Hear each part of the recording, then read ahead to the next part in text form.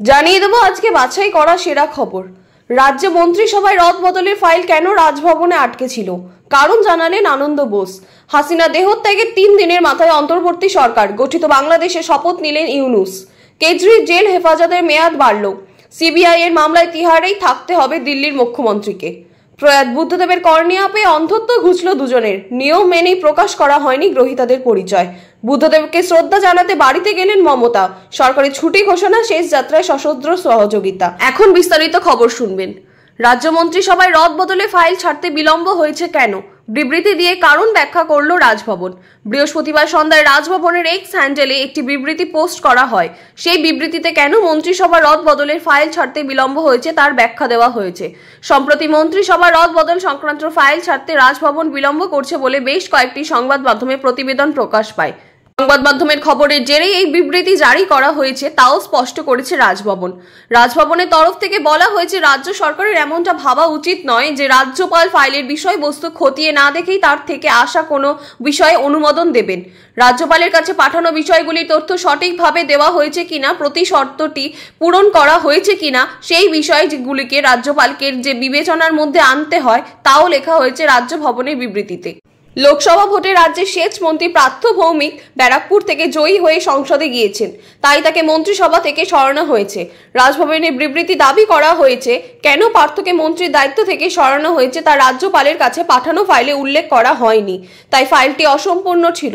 রাজভবনের তরফে দাবি করা হয়েছে যে সেচ মন্ত্রী পার্থ সাংসদ হওয়ার কারণেই যে মন্ত্রিসভা থেকে ইস্তফা দিয়েছেন তা জেনেছেন সংবাদ মাধ্যম থেকে। এক্ষেত্রে সরকারের থেকে রাজভবনকে কিছুই জানানো হয়নি। প্রসঙ্গত নবান্নের একটি সূত্র জানিয়েছিলেন, মন্ত্রিসভা রদবদলে ফাইল রাজভবনে পাঠানো হলেও রাজ্যপাল তাতে অনুমোদন দিতে বিলম্ব করেছেন। মঙ্গলবার সন্ধ্যা থেকে নবান্ন থেকে জানা যায়, রাজ্যপাল বোস মন্ত্রিসভা রদবদলের ফাইল স্বাক্ষর করেছেন। আর বুধবার মন্ত্রিসভার রদবদল করা হয়। পার্থের হাতে থাকা সেচ মন্ত্রীর দায়িত্বে গিয়েছে মানস ভুঁইয়ার হাতে। পরিবেশ দপ্তরের মন্ত্রী গোলাম রাব্বানিকে পাঠানো হয়েছে অপরিচালিত শক্তি দপ্তরের। আর পরিবেশ দপ্তরের অতিরিক্ত দায়িত্ব নেওয়া হয়েছে চন্দ্রিমা ভট্টাচার্যকে। বাবুল সুপ্রিয়কে দেওয়া হয়েছে শিল্প পুনর্গঠনে দপ্তরের অধিকারিত্ব দায়িত্বে। তারপরেই মনে করা হয়েছে মন্ত্রিসভার ফাইল আটকে থাকা বিতর্কের অবসান ঘটেছে। কিন্তু বৃহস্পতিবার বিবৃতি জারি করা রাজভবন বুঝিয়ে দিয়েছে, নবান্নের সঙ্গে রাজভবনের দূরত্ব এখনো কমেনি। কারণ 6টি উপনির্বাচনের জয়ী বিধায়কদের শপথ গ্রহণ নিয়ে রাজ্য সরকারের ভূমিকাকে ভালো চোখে দেখেননি রাজ্যপাল বোস। তাই সূত্রে খবর রাজভবন থেকে। বাংলাদেশের অন্তর্বর্তী সরকার গঠিত হলো। সরকারের প্রধান হলেন মোহাম্মদ ইউনূস। বৃহস্পতিবার রাতে তিনি নতুন সরকার প্রধান হিসাবে শপথ গ্রহণ করেছেন। তার সঙ্গে তার উপদেষ্টারাও শপথ নিয়েছেন। বাংলাদেশের বঙ্গভবনের দরবার হলে স্থানীয় সময় রাত 9টায় শপথ গ্রহণ শুরু হয়। ইউনূস শপথ বাক্য পাঠ করেন রাষ্ট্রপতি মোহাম্মদ শাহাবুদ্দিনের উপস্থিতিতে। প্রধান উপদেষ্টার শপথ এবং গোপনীয়তা শপথ গ্রহণ করেন ইউনূস। শপথ গ্রহণের শুরুর অনুষ্ঠান থেকেই আন্দোলনে নিহতদের স্মরণে নীরবতা পালন করা হয়। বাংলাদেশের জাতীয় সঙ্গীত দিয়ে অনুষ্ঠান শুরু করা হয়। ইউনূসের নেতৃত্বাধীন বাংলাদেশের নতুন অন্তর্বর্তী সরকারকে উপদেষ্টা মণ্ডলীতে রয়েছেন 16 জন সদস্য। তারা হলেন সালেহ উদ্দিন আহমদ, আসিফ নজরুল, আদিরুল রহমান, হাসান শরীফ, তৌহিদ হোসেন, সৈয়দা রেজওয়ানা হাসান, নাহিদ ইসলাম, আসিফ মুহাম্মদ সজীব ভুইয়া, জেনারেল এম সাকায়াত হোসেন, সুপ্রদীপ চাকমা, ফরিদ আখতার, বিধান রঞ্জন রায়, খালিদ হাসান, নূরজাহান বেগম, সারমিয়ান মুদ্দিন এবং ফারিকুম আজম। এদের মধ্যে সুপ্রদীপ, বিধান রঞ্জন এবং ফারিক উদ্দিন হাসান ঢাকা নেই, তাই তার শপথ গ্রহণ অনুষ্ঠানে ছিলেন না।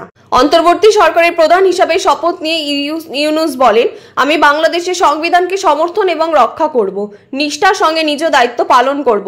নবীন এবং প্রবীণের সমন্বয়ে দেখা গিয়েছে বাংলাদেশের এই অন্তর্বর্তী সরকারের উপদেষ্টা মণ্ডলীতে।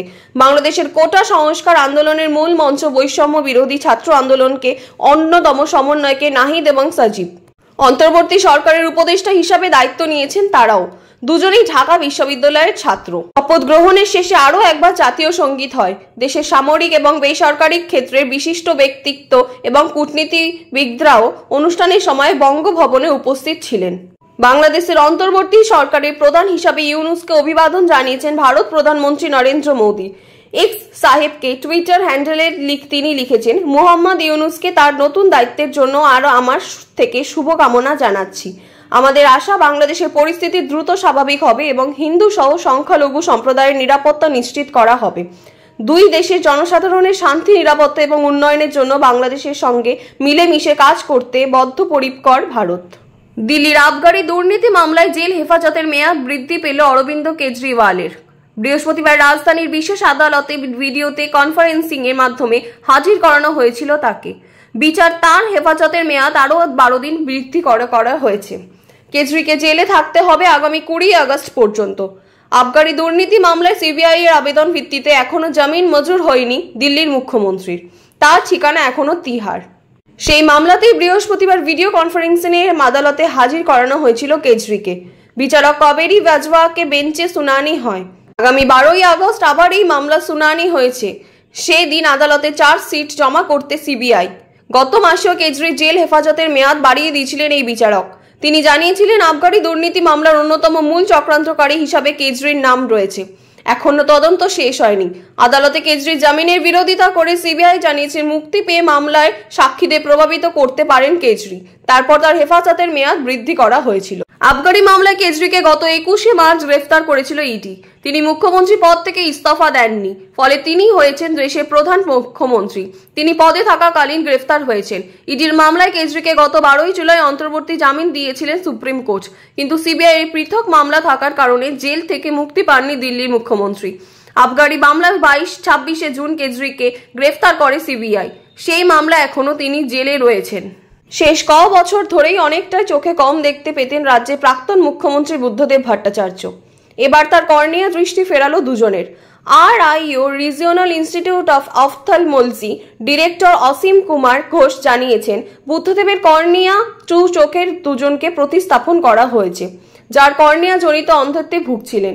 তারা এখন সুস্থ রয়েছেন। কর্নিয়া প্রতিস্থাপনের ক্ষেত্রে গ্রহীতার নাম পরিচয় গোপন রাখা হয়। এক্ষেত্রেও তার ব্যতিক্রম হয়নি। দুই গ্রহীতার পরিচয়, নাম গোপনীয়তা বজায় রাখা হচ্ছে। বৃহস্পতিবার সকালে মৃত্যু হয়েছে রাজ্যের প্রাক্তন মুখ্যমন্ত্রীর।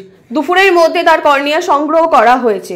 কর্নিয়া প্রতিস্থাপনের ক্ষেত্রে দাতা এবং গ্রহীতার মধ্যে কিছু মিল, ম্যাচিং দেখা যায়। এক্ষেত্রেও সেগুলি দেখে প্রতিস্থাপন করা হয়েছে। RIOর তরফে জানানো হয়েছে বৃহস্পতিবার রাতের মধ্যেই শেষ রয়েছে কর্নিয়া প্রতিস্থাপনের প্রক্রিয়া। চিকিৎসকরা জানিয়েছেন বুদ্ধদেবের রেটিনার সমস্যা থাকলেও কর্নিয়ার কোনো সমস্যাই ছিল না। তবে তিনি ছাত্রী অপারেশন অস্ত্রোপচার কখনো করেননি। চিকিৎসকেরা মনে করেছেন চোখ সমস্যা থাকলেও বুদ্ধদেবের হয়তো ভেবেচিন্তেই অস্ত্রোপচার করাননি। তার ফলে কর্নিয়া গুণমান ভালোই ছিল। ছানির অস্ত্রোপচার হলে কর্নিয়ার গুণমান কিছুটা কমে যায়। RIOতে আগেও চোখ দেখিয়েছিলেন বুদ্ধদেব ভট্টাচার্য। বৃহস্পতিবার রাতে বুদ্ধদেবের দেহ রাখা হয়েছে পিস ওয়ার্ল্ডে। শুক্রবার সকাল 10:30টায় সেখান থেকে দেহ বার করা হবে।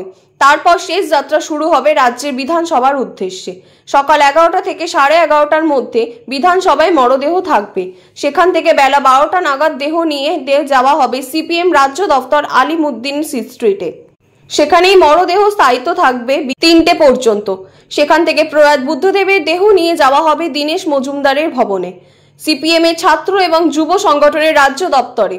বুদ্ধদেব ছিলেন প্রাদেশিক যুব সংগঠনের প্রতিষ্ঠাতা সম্পাদক। সভাপতি ছিলেন তার বন্ধু এবং কমরেড দীনেশ মজুমদার। তারই নাম ওই ভবনটি নামাঙ্কিত। 3:45 পর্যন্ত বুদ্ধদেবের দেহ শায়িত থাকবে সেখানে। সেখান থেকে শ্রদ্ধা জ্ঞাপনের পরে মিছিল করে দেহ নিয়ে যাওয়া হবে শিয়ালদহের কাছে NRS মেডিকেল কলেজে।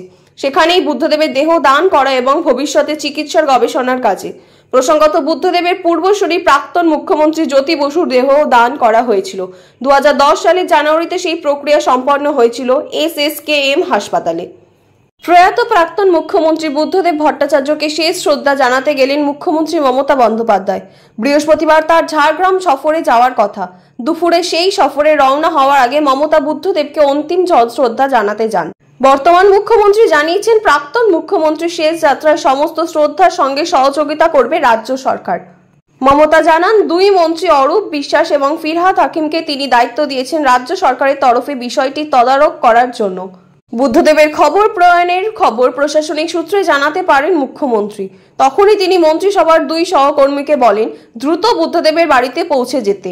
আনন্দবাজার অনলাইনকে মমতা বলেন, আমরা রাজ্য সরকারের তরফ থেকে ওর শেষ যাত্রার সমস্ত শ্রদ্ধা নিয়ে যাবতীয় সহযোগিতা করব। ওর দলের সিদ্ধান্ত অনুযায়ী সেখানে যেখানে ওরা অন্তিম যাত্রায় ওকে নিয়ে যেতে চান তার সুষ্ঠু দেখভালের দায়িত্ব রাজ্য সরকারের। যদি ওরা রবীন্দ্র সদন নন্দনে বা বিধানসভায় ওকে নিয়ে যেতে চান